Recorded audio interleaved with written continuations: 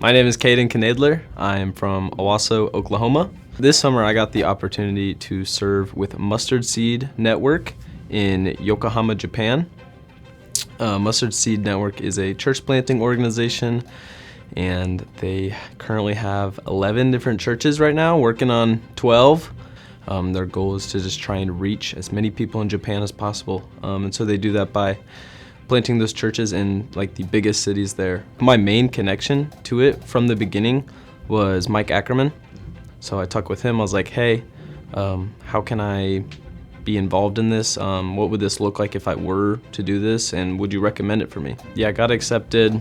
Went through a bunch of different just like meetings and such till finally in June 1st. June 1st flew from Dallas to Tokyo. Japan is just one of those places I would highly recommend visiting for vacation to anyone.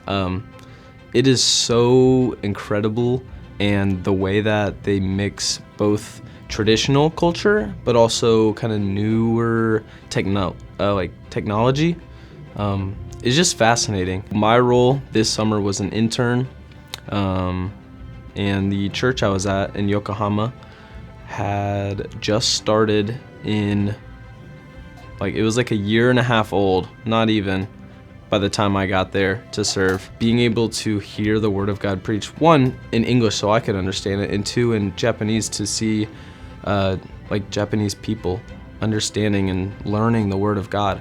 So cool. Just to be able to worship alongside people from a completely different background and culture than you are, and who you can't even communicate with, but you're communicating in a deeper way, in a spiritual way, and just proclaiming the good news of Jesus is so cool. Everyone was just so tight, and obviously it was a smaller church. We only had about probably 40-ish, and so but within that, we would stay afterwards and eat lunch together and just talk and commune with each other and just have fellowship. And there's so much of me that wishes that I would experience that here in the American church.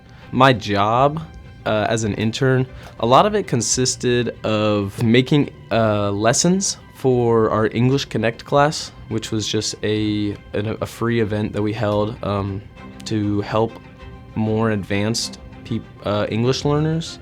There was also another intern there with me during my summer, and so we were able to work together on a lot of that stuff. And we also made a video project for a prayer walk. There was just a lot of other little things that we did just to help out the church in whatever aspect they needed. Ministry there's pretty hard. Japan is called the missionary graveyard for a reason.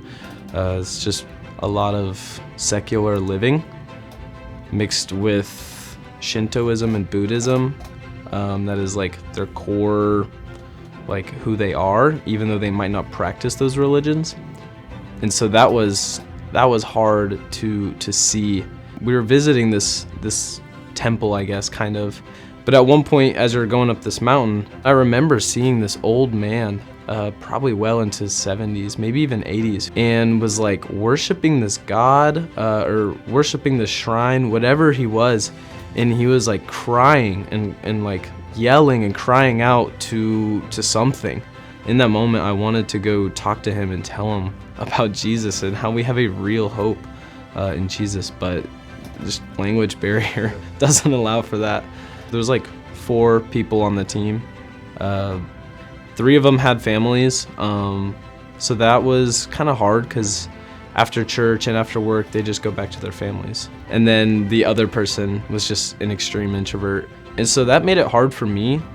So I often found myself just isolating, and I started watching Duck Dynasty.